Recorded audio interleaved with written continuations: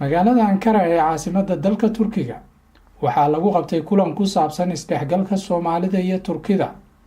waxaana munaasabadan lagu soo bandhigay ciyaaraha hidaha iyo dhaqanka iyo cuntooyinka kala duwan ee Soomaalidu ay caanka ku tahay kuwaasi oo ay si weyn u jeclaysteen dadka Turkida ah. shirkadda Guuleed Real Estate oo qaabilsan dhismaha iyo iibinta guryaha isla markaana u dabaaldegaysay sanad guuradii koowaad ee markii la aasaasay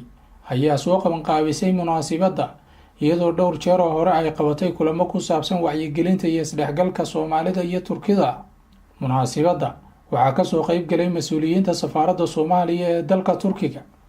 wasiir ku-xigeenka kalluumaysiga iyo kheyraadka badda ee dowladda federaalka Soomaaliya, safiirka Soomaaliya u fadhiya dalka South Sudan, waxgarad iyo siyaasiyiin ka socday dowladda Turkiga, ganacsatada labada dal,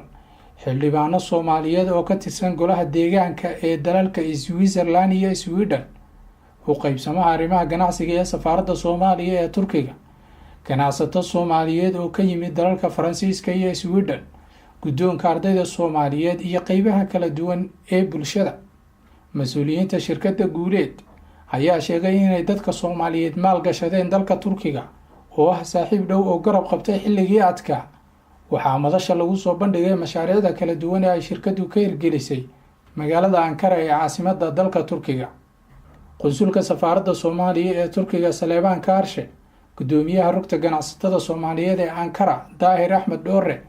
Hibe Aadan oo ka mid ah xildhibaanada golaha deegaanka ee dalka Switzerland, safiirka Soomaaliya ee South Sudan Xuseen Xaaji, waxgarad iyo marti sharaf kale oo lagu casuumay munaasabadda ayaa madasha ka hadlay. walaalaheen shicibka Turkiga iyo ganacsatada Turkiga iyo dhammaan reer Turki waxaan rabnaa inaan u sheegno inaan nahay walaalo Soomaaliyeed oo jecel walaalnimadooda iyo wada dhalashadooda jecel. waxaan rabaa kale dadka Soomaaliyeed inaan u sheego Soomaali walaalayaal walaalaha dhabta oo aan leenahay waa reer Turki, walaalaha runta ah ee adduunka ku leenahay kow ayaga way taas in la ogaado weeye. shirkadda Guuleed Real Estate runtii waa shirkad aan dhihi karo waa shirkad in lagu daydo u baahan, waayo waxaan maqli jirnay waxaa jira caawa bandhig faneed, laakiin waxaan arkayaa inay jirto caawa bandhig Soomaaliyeed,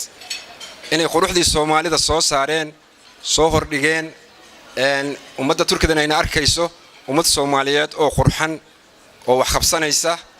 ee aanan ahayn ummad Soomaaliyeed ama u taagan inay tahriibto ama inay ay dad shaxaado. marka taa Real Estate waanu ku amaanaynaa, Guuleed Real Estate aad baan ugu amaanaynaa. marka ugu horeysa annagu waxaan ka nimid sidii uu walaalkii xiriirinahay uu sheegay dalka Sweden ayaan ka nimid. waxaan nahay ilaa 20 qof oo ah dad ganacsata, dad aqoon-yahana, dad wax qora oo maxay ahayd qora iyo dad abwaana intaasaan ka koobannahay. waxaan rabnoo kala inaan maxay ka qayb qaadano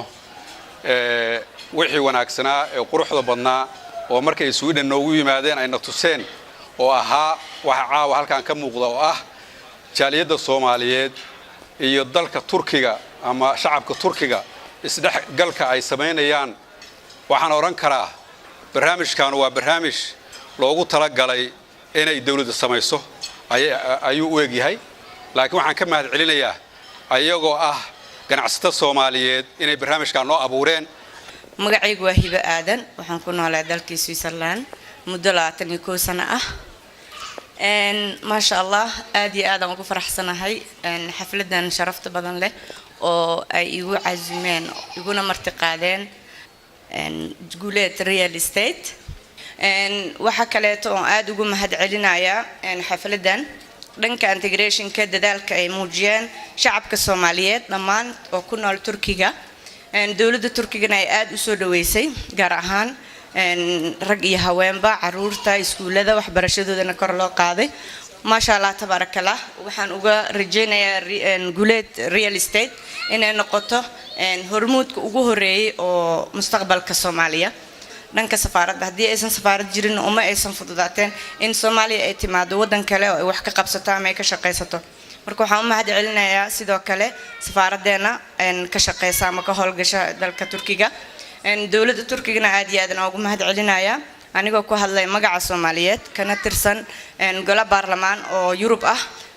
ve ben bir hekim olarak eğer hekimsem bu çaresiz insanların yanında olmalıyım ve ben Somali'nin hep yanında olacağım. Aniga dhakhtar ahaan waaba shaqadeeda in qofka xanuunsan aan garabkiisa istaagnaado laakiin khaasadan qofka xanuunsan ee Soomaaliga iyo Soomaalida mar walba garabkooda inaan taaganahay inaan idin sheegan rabaa. Ve hepinize çok teşekkür ediyorum ve iyi akşamlar diliyorum. Dhammaantiin waa mahadsantiin habeen wanaagsan. Salaan qaasa kadib aniga oo ku hadlayo magaca jaaliyadda Soomaaliyeed ee wadanka Faransiiska oo dhan iyo dadka deegaanayaasha magaalada Ankara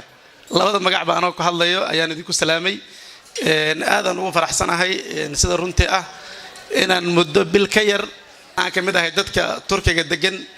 taasina ay ii fududeysay shirkadda Guuleed Real Estate really waa wax aad loogu farxo Ches kama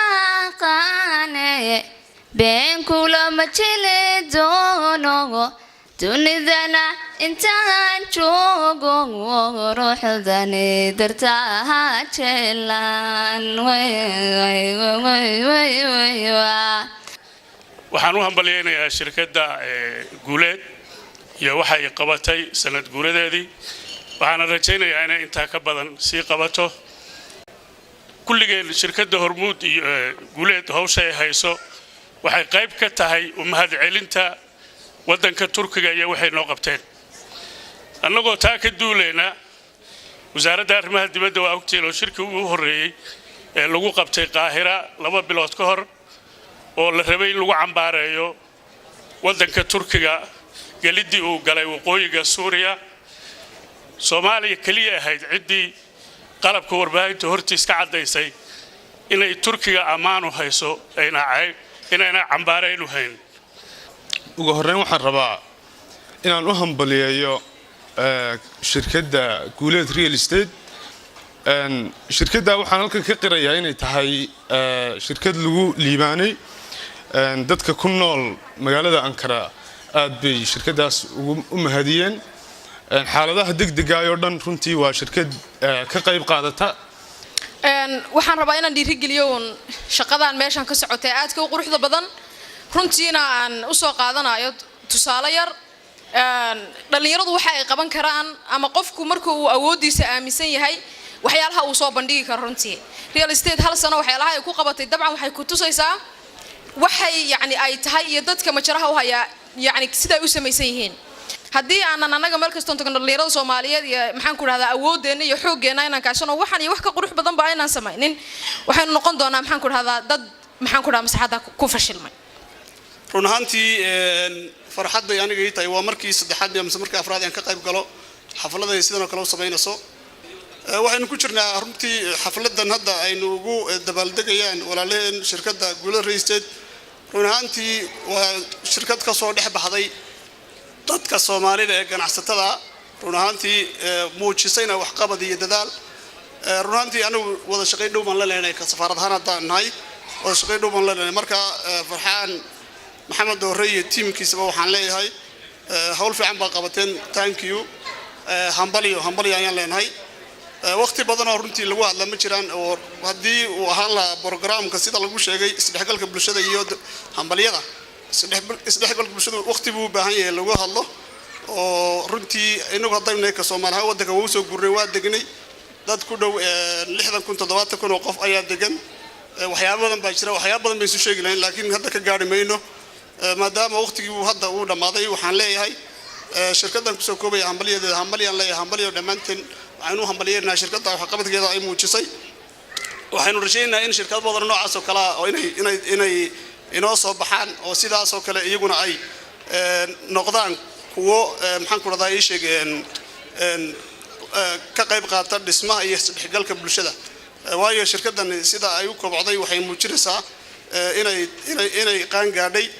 marka insha Allah taala waxaan kaloo runtii aan aad iyo aad ugu mahad celinayaa saddexda walaalaheena ee ka socda shirkadaha Turkiga Mustafa Anwar iyo Wardi saddexdaba runtii waa isnaqaana hooshkaal danis insha Allah taala waxaan rajaynayaa in qaar dad ka badan oo Soomaaliina oo shirkadaha baa soo dhaweyn doontaan insha Allah taala sida uu hara qaadiseen company Guuleed Real Estate. gudoomiyaha shirkadda Guuleed Real Estate Farxaan Maxamed Doore ayaa ugu dambeyntii uga mahad celiyay dhammaan madaxdii iyo marti sharaftii ka soo qayb gashay munaasabadda isdhexgalka labada bulsho. wuxuu xusay in dadka Soomaaliyeed ay dowladda Turkiga abaal weyn u hayaan, taasina ay keentay inay ku dhiiradaan inay noqdaan shirkadihii ugu horreeyay ee Soomaaliyeed ay kuwaasi oo maal gashaday dalka Turkiga. ugu dambeyntii waxaa shahaadooyin sharaf la guddoonsiiyay mas'uuliyiin ka mid ah ganacsatada u dhashay dalka Turkiga ee garab istaagay shirkadda Guuleed iyo qaar ka mid ah howlwadeennada shirkadda oo lagu sifeeyay howlkarnimo. Axmed Abdiqaadir Ismaaciil Axmed Darwish magaalada Ankara.